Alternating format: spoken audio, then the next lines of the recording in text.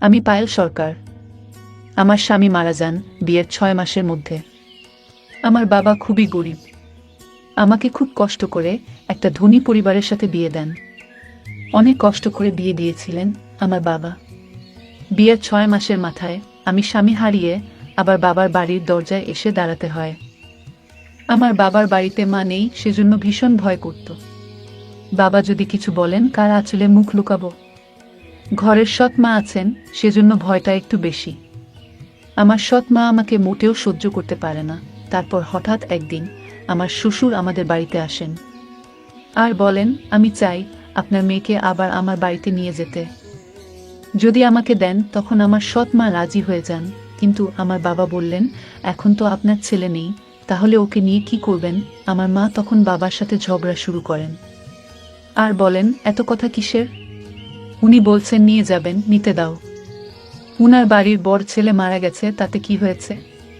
ওটা তো ওর শ্বশুর বাড়ি, যেতে তো পারে। মায়ের ঝগড়ায় বাবা ও আমার শ্বশুরকে আর কিছু জিজ্ঞেস করেননি। এক কথায় বলে দিলেন, মেয়েটি যদি সুখী থাকে তাহলে বাবা হয়ে আমিও অনেক খুশি। ওকে নিয়ে যান। তখন আমার শ্বশুর আমাকে বলেন, নাও কাপড় চোপড় গুছিয়ে নাও। আমিও কাঁদতে কাঁদতে একটা ব্যাগে কাপড় ঢুকাতে শুরু করি। কিন্তু আমার ভীষণ ভয় হচ্ছে আবার শ্বশুর বাড়িতে যাব, কারণ সেখানে একমাত্র আমার শ্বশুর আর আমার স্বামী থাকতেন, আর কেউ নেই ওই পরিবারে। তারপরও সবকিছু জেনে আমার বাবা মা আমাকে ওখানে পাঠিয়ে দিচ্ছে। জানি না কি হতে চলেছে আমার সাথে, কিন্তু যাই হয়ে যাক না কেন আমাকে আর এই বাড়িতে ফিরে আসতে দেবেন না। আমার সৎ মায়ের সমস্ত অন্যায় অত্যাচার সহ্য করে আমার শ্বশুরের বাড়িতে থাকতেই হবে। আমি শ্বশুরের বাড়িতে পৌঁছানোর পর আমি আমার ঘরে জামা কাপড় পাল্টাচ্ছিলাম। তখন আমার শ্বশুর এসে আমার ঘরে ঢুকেন আর বলেন, বৌমা যাও তো, একটু চা করে নিয়ে আসো। শ্বশুরের কথায় আমি তাড়াতাড়ি রান্নাঘরে গিয়ে চা করে নিয়ে আসি। আমি আর শ্বশুর বসে বসে চা খেতে খেতে শ্বশুর আমাকে বললেন, তুমি তো জানো এই বাড়িতে আমি একদম একা।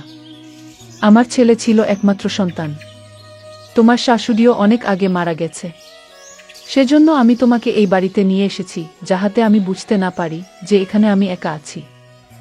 আমি বললাম, বাবা একদম চিন্তা করবেন না, আমি তো আপনার পাশেই আছি, সবসময় আপনার পাশে থাকবো, একদম মেয়ের মতো করে। তখন আমার শ্বশুর বলেন, আমি জানি তুমি আমার পাশে থাকবে, কারণ তোমার সৎ মা তোমাকে ওই বাড়িতে কখনো শান্তিতে থাকতে দেবে না।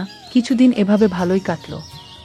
হঠাৎ ৮-৯ মাস পর একদিন রাতে আমি আমার রুমে শুয়েছিলাম। গভীর রাতে শুনি দরজায় টকটক আওয়াজ। তখন আমি বুঝতে পারি আমার শ্বশুর, কারণ এই বাড়িতে আমি ও বাবা ছাড়া আর দ্বিতীয় কোনো মানুষ নেই। আর রাত ১২টার সময় ঘরে কে বা আসবে, বাবার কিছু দরকার ভেবে আমি দরজা খুলে দিলাম। দরজা খোলা মাত্র আমার শ্বশুর আমাকে জড়িয়ে ধরেন আর বলেন, বৌমা আমি পড়ে গিয়েছিলাম বাথরুমে, কোমরে ভীষণ ব্যথা পেয়েছি, যদি একটু মালিশ করে দিতে তাহলে হয়তো একটু আরাম পেতাম। আমি তখন আমার শ্বশুরকে বিছানায় শুইয়ে দেই ও ওনার ঘর থেকে গিয়ে মালিশ নিয়ে আসি। বাবার বয়স ৫২ বছর, কিন্তু তত্ত্বা বুড়ো হননি, এখনো জোয়ান মনে হয়। আমার স্বামী একটু অল্প বয়সে বিয়ে করেছিল, আর অল্প বয়সেই এই পৃথিবী থেকে চলে যেতে হলো। আমি বসে বসে শ্বশুরের কোমরে মালিশ লাগিয়ে দিচ্ছি। আমার শ্বশুর কেমন করে যেন আমার দিকে অদ্ভুতভাবে তাকাচ্ছিলেন। তখন আমার আরো বেশি ভয় লাগছিল। আমি বললাম, কি হয়েছে? আপনার কোমরে কি বেশি আঘাত পেয়েছেন? ডাক্তারকে ফোন করব?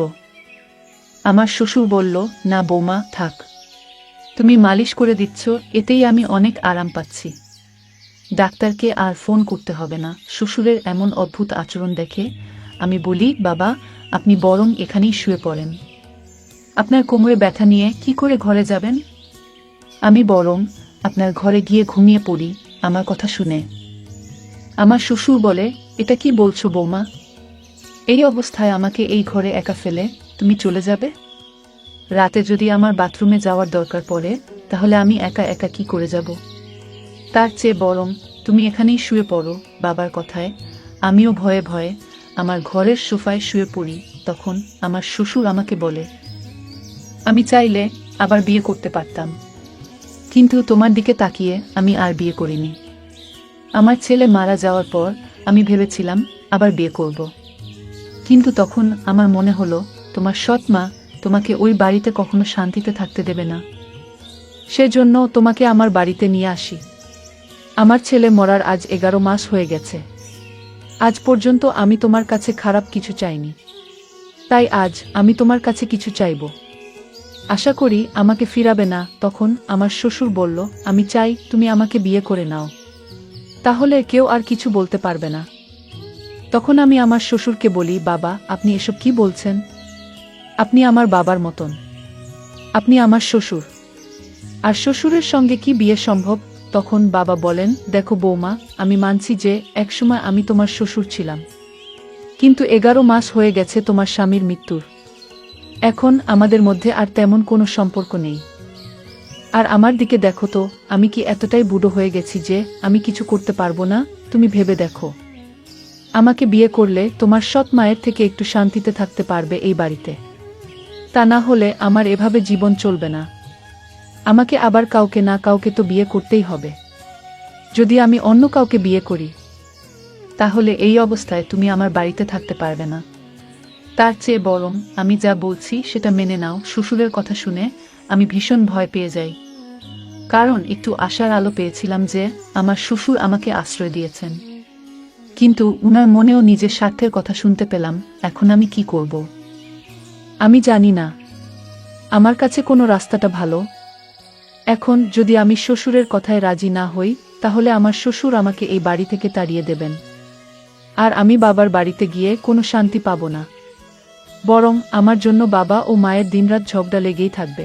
এইসব কিছু ভেবে আমি আমার শ্বশুরকে বললাম, ঠিক আছে, আমি ভেবে আপনাকে বলবো। আমার কথা শুনে আমার শ্বশুর বুঝতে পারলেন যে এই বিয়েতে হয়তো আমি মতো দেব।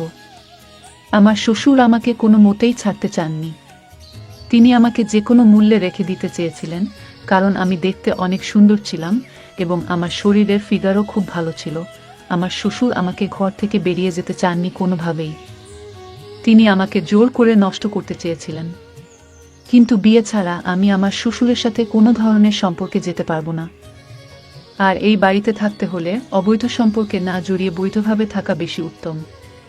সেজন্য আমি আমার শ্বশুরকে বললাম, ঠিক আছে, আমার বাবা মাকে আপনি বলুন। ওরা যদি চায় তাহলে আমি আপনাকে বিয়ে করতে রাজি। এই খবর শুনে পরের দিন সকাল হতে না হতে আমার শ্বশুর আমার বাবার কাছে ফোন দেন এবং সবকিছু খুলে বলেন। তখন পাশ থেকে আমার সৎ মা বলছিলেন, এত ভাবার কি আছে, বলে দাও, আমরা রাজি। সৎ মা বলল, আমাদের সাথে যা সম্পর্ক ছিল সেটা অনেক আগে শেষ হয়ে গেছে। মায়ের কথায় বাবা ও একমত হলেন। শেষমেশ শ্বশুরকে বিয়ে করতে হলো আমাকে। বিয়ে করে বাসর ঘরে প্রথমে ছেলেকে, তারপর ছেলের বাবাকে খুশি করতে হলো আমাকে। কিন্তু আমার শ্বশুর আমাকে সারা রাত যেভাবে খেল, তাতে আমার অনেক কষ্ট হয়েছে। আমার কাছে মনে হয়নি উনার 52 বছর বয়স, মনে হলো উনি 24 বছরের যুবক। আমার শ্বশুর খুব ভালো খেলোয়াড়। আমি সকালে খুঁড়িয়ে খুঁড়িয়ে হাঁটছিলাম, কারণ আমার শরীরের সব অঙ্গ প্রত্যঙ্গ ব্যথা হয়েছিল। তখন আমার মনে হলো যে এই পৃথিবীতে আমার মা বেঁচে থাকলে হয়তো আমাকে এত কষ্ট পেতে হতো না। মাকে যদি ভিক্ষা করে খেতে হতো, তখনও আমাকে এভাবে শ্বশুরের সাথে বিয়ে দিয়ে এই বাড়িতে থাকতে দিত না। বাবা যতই আপন হোক না কেন,